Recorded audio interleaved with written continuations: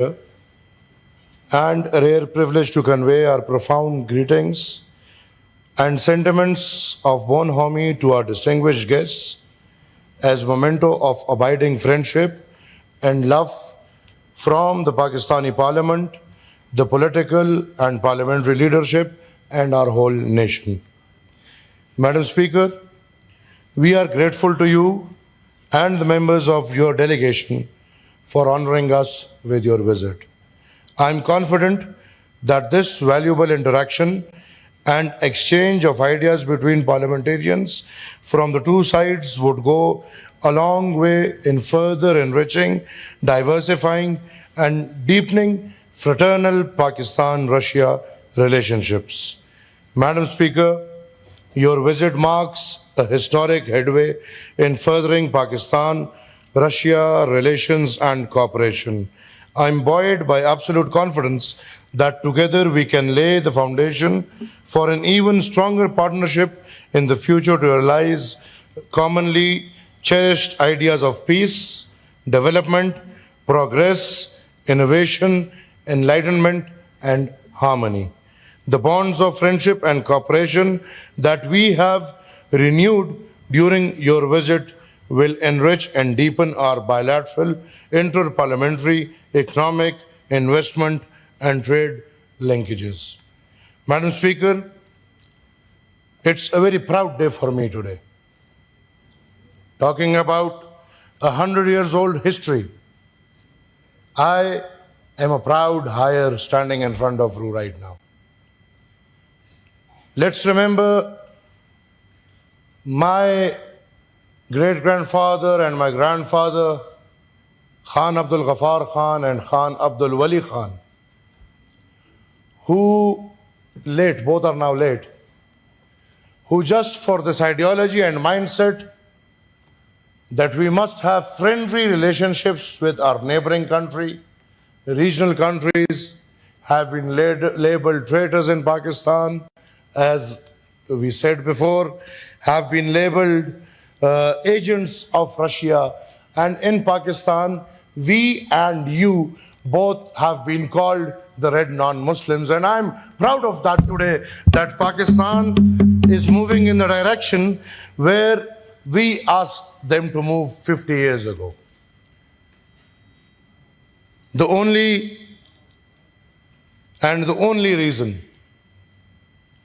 we had to struggle for the 50 years taking Russia was our idea of having friendship with regional and neighboring countries. Taking this privilege, I request the chair to extend hands towards all neighboring countries. We must have a friendship criteria before everything. We must have good friendship with India. We must have good friendship with Afghanistan. We must have good friendship with Iran, China, Russia, and we must promote dialogues between these countries. Madam Chairman, I, as the chairman of Awami National Party, would like to bring it in your notice that in my headquarters in Peshawar, Bacha Khan Markaz, we have had an exchange of poetry between Russia and Pukhtuns. Alexander Pushkin's statue is there in Bacha Khan Markaz, where anyone can go and find it, and the ambassador knows it very well. And in return, our national poet, Khan Abdul Ghani Khan, his statue is there in Russia, and this shows the tie between Russia and Awami National Party and the Pushtun nation. Madam Chairman, just to remind everyone, in 80s, we had a students exchange program where people from Awami National Party, the Pukhtuns, used to be sent to Russia where they would study on scholarship, and at this moment there are thousands and thousands of Pukhtuns living in Russia, living their lives over there after that program, and we would love that program to be reinitiated, and we would love student exchange programs and some more technical programs over there. Madam Speaker, history is history, but we cannot live in history. We must learn from history And then we must move on. History might be brutal. Let me state that. Sitting and standing in my country, have to face a lot of troubles. But again I say, history might be brutal.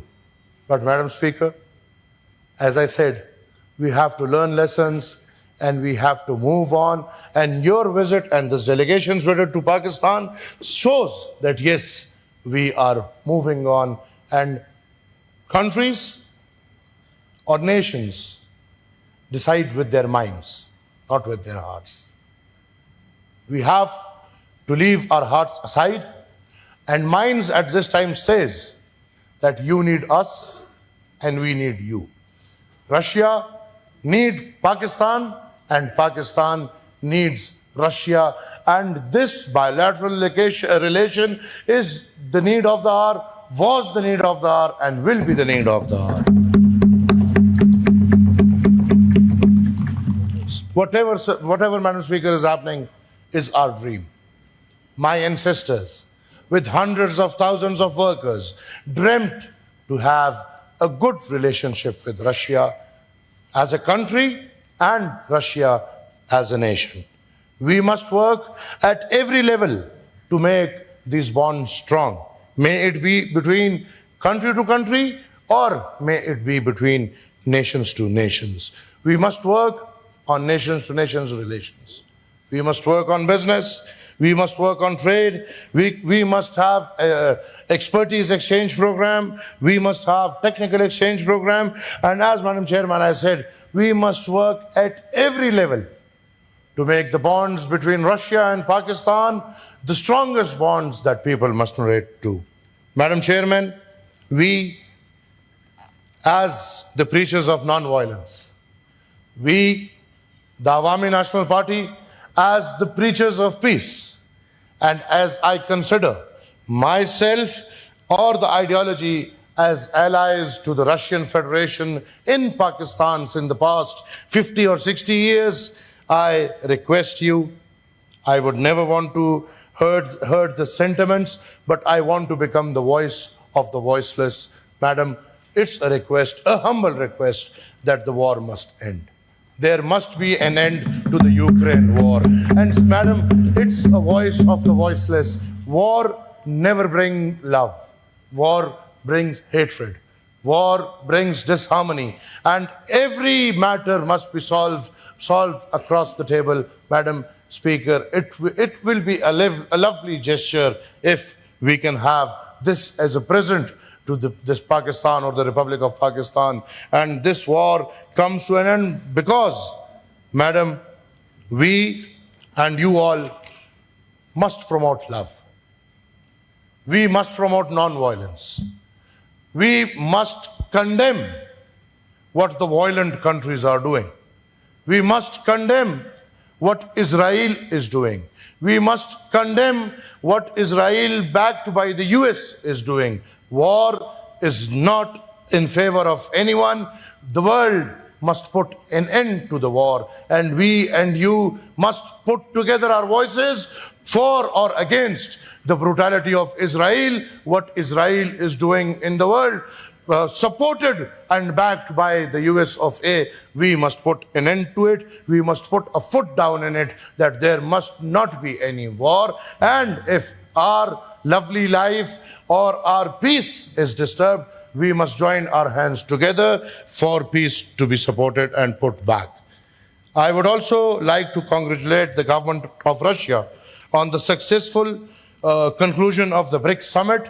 And Madam Speaker, we, Pakistan, would love to be part of your summit. We would love to be part of the BRICS. And it's again voice of all Pakistan nation that you put our word ahead, and Pakistan must be part of the BRICS. I would also request the government of Russia to consider the installation of a small atomic power station in Pakistan, which is already in process. And as I've been to Russia, and I know what a lovely country, what a lovely nation, working on 100 regional languages. My God, we cannot work on one language. Russia is working on 100 regional languages, and I salute that country just because of this.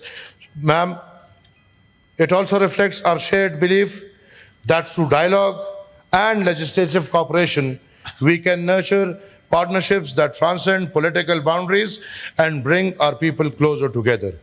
I am confident that our parliamentary ties will also continue to flourish with more such exchanges so as to share good practices and expertise for mutual benefit. Madam Chairman, on this note, I once again welcome and greet Your Excellency in our midst, confident that the friendship between Pakistan and Russia would grow from strength to strength and generation to generations in year to come. I thank you. No permission. Madam Speaker,